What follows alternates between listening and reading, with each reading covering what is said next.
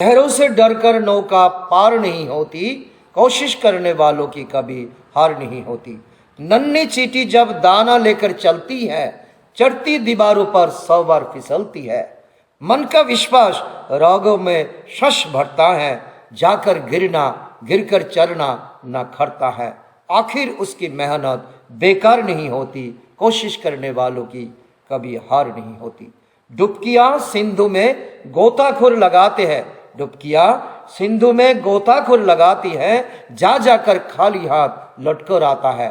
मिलते नहीं सहजी मोती, मिलते नहीं सहजी मोती गहरे पानी में, मिलते नहीं सहजी मोती गहरे पानी में, मुट्ठी उसकी खाली हर बार नहीं होती, कोशिश करने वालों की कभी हार नहीं होती।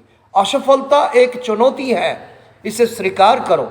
असफलता एक चुनौती है, इसे स्वीकार करो।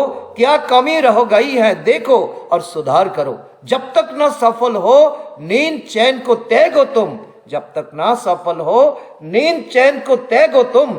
संघर्ष का मैदान छोड़कर मत भागो तुम, कुछ किए बिना जय जयकार नहीं होती, कोशिश करने वालों की कभी हार नहीं होती, कोशिश करने वालों की कभी हार नहीं होती। সম্মানিত দর্শক এবং শ্রোতা বন্ধুগণ, আজকে আমি একটা সুন্দর ইন্সপিরেশন স্টোরি নিয়ে এসেছি। একবার এক হরিণ, বনের এক সুন্দর হরিণ, তার মাথায় সুন্দর মুকুটের মতো তার শিং, যা নাকি এই বনের সকল পশুদের হিংসার বস্তু হয়ে দাঁড়িয়েছে। সে প্রায়ই জলাশয়ের কাছে যায়, আর সেই জলাশয়ের মধ্যে সে নিজের চেহারাটা দেখে তখন নিজেকে নিজে খুব ধন্যবাদ দেয়, ভগবানকে ধন্যবাদ দেয়। বাহ, ভগবান আমাকে এত সুন্দর শিং দিয়েছে, এত সুন্দর আমাকে সাজিয়েছে, বাহ আমাকে কত সুন্দর লাগে। তো বারবার নিজের প্রশংসা করে, বারবার নিজের শরীরের দিকে তাকায়, বারবার নিজের শিংয়ের দিকে, জলাশয়ের মধ্যে আয়নার মধ্যে বারবার দেখে। এমন অবস্থায় একদিন এই হরিণ জলাশয়ে জল পান করতে গেছে। জল পান করার সময় তখন জলাশয় থেকে এক বড় ব্যাঙ সে উঠে এসে বলল, হিরণ ভাই তুমি কত সুন্দর। বলে, হ্যাঁ আমি তো সুন্দর, সেটা কে না জানে। বনের সকলে আমাকে এই আমার সুন্দর শিংয়ের জন্য, আমার সুন্দর চেহারার জন্য, আমার সুন্দর রঙের জন্য আমাকে হিংসে করে। বলে, হ্যাঁ ভাই, তোমার এই সুন্দরতা সত্যিই হিংসার মতো। ভগবান তোমাকে সত্যিই সুন্দর শিং দিয়ে তোমাকে সাজিয়েছে। হ্যাঁ, বলে দেখো না আমার শিং, দেখো কত চতুর্দিকে কতভাবে একদম চতুর্দিকে বড় বড় শিং, আমাকে কত একদম, এটা যেন হিমালয়, যেমন ভারতবর্ষের যেমন মুকুট হিমালয়, আর আমাকেও পশুকুলের মধ্যে আমাকেও মুকুট পরিয়েছে ভগবানকে আমি ধন্যবাদ দিই। বললো, হ্যাঁ তারপরে একবার দেখো আমার গায়ের রং দেখো, আর আমার গায়ের মধ্যে এই ফুট এই যে সব মিলিয়ে আমি কত সুন্দর বারবার বলছে, এবং ব্যাঙও বলছে, বারবার তাকে তারিফ করছে। হ্যাঁ ভাই, আসলে ভগবান তোমার মতো সুন্দর কাউকে করে পাঠায়নি পৃথিবীতে। ভগবানকে আমিও ধন্যবাদ দিচ্ছি। দেখো আমি তো জলে থাকি, আমি তো নোংরা পোকা মাকড় খাই, আর তুমি তো পবিত্র ঘাস খাও, আমলকি খাও, তোমার শুদ্ধ ভোজন, তোমার সবকিছু মিলে তুমি কত সুন্দর। তারপর কিছুক্ষণ ধরে বারবার ধরে হরিণ নিজের চেহারাটাকে চাইছে, শরীরটাকে চাইছে, বারবার দেখতে চাইছে। তারপরে একটা কথা বললো, ব্যাঙ বলল, দেখো ভাই, তোমার সিংহ সুন্দর, তোমার মাথাটাও খুব চৌড়া, যেন হিমালয়কে তোমার মাথায় বসিয়ে দিয়েছে, মুকুট বসিয়ে দিয়েছে, তোমার গায়ের রং, তোমার ফুট সবকিছু মিলে তুমি পারফেক্ট। কিন্তু তোমার এই শিংয়ের সঙ্গে, চেহারার সঙ্গে, তোমার শরীরের সঙ্গে, তোমার শরীরের এই চিত্রের সঙ্গে তোমার পায়ের কোনো মিল নেই।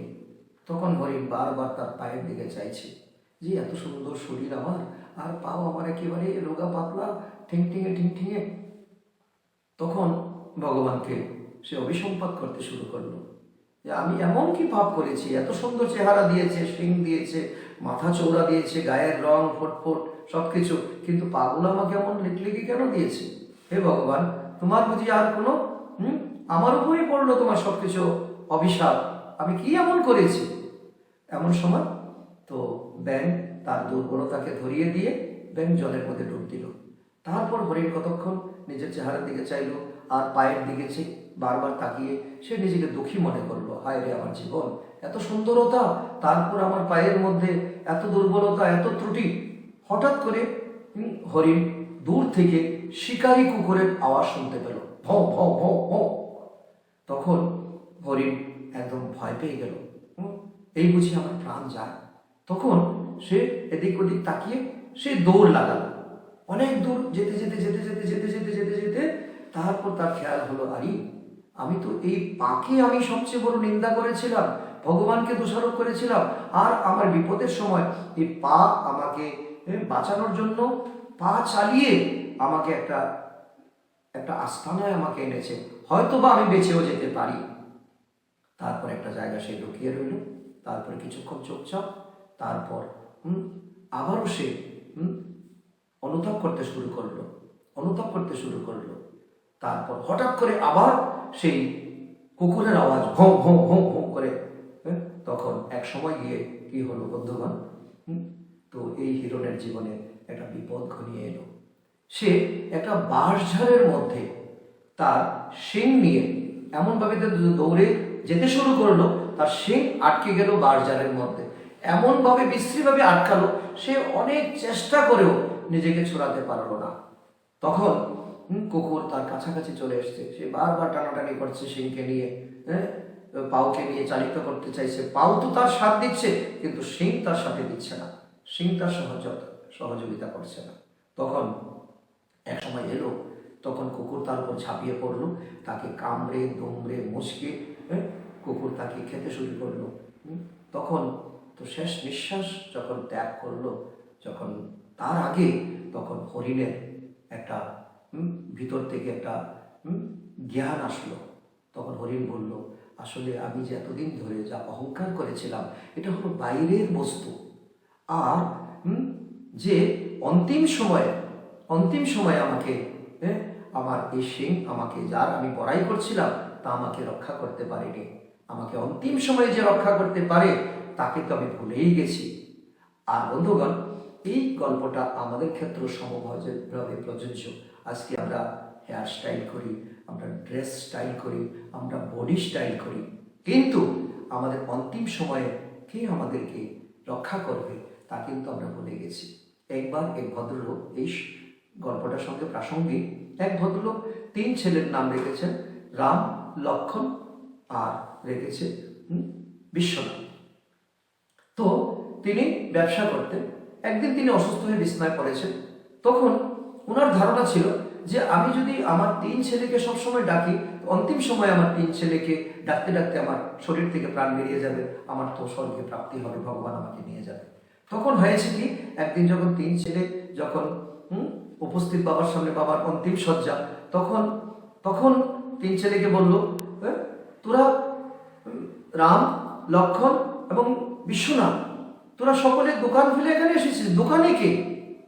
এই সময় তার প্রাণ চলে গেল। দেখুন, এত চেষ্টা করেও মানুষ অন্তিম সময়ে কিন্তু সদ্গতি পায় না, সৎকার পায় না।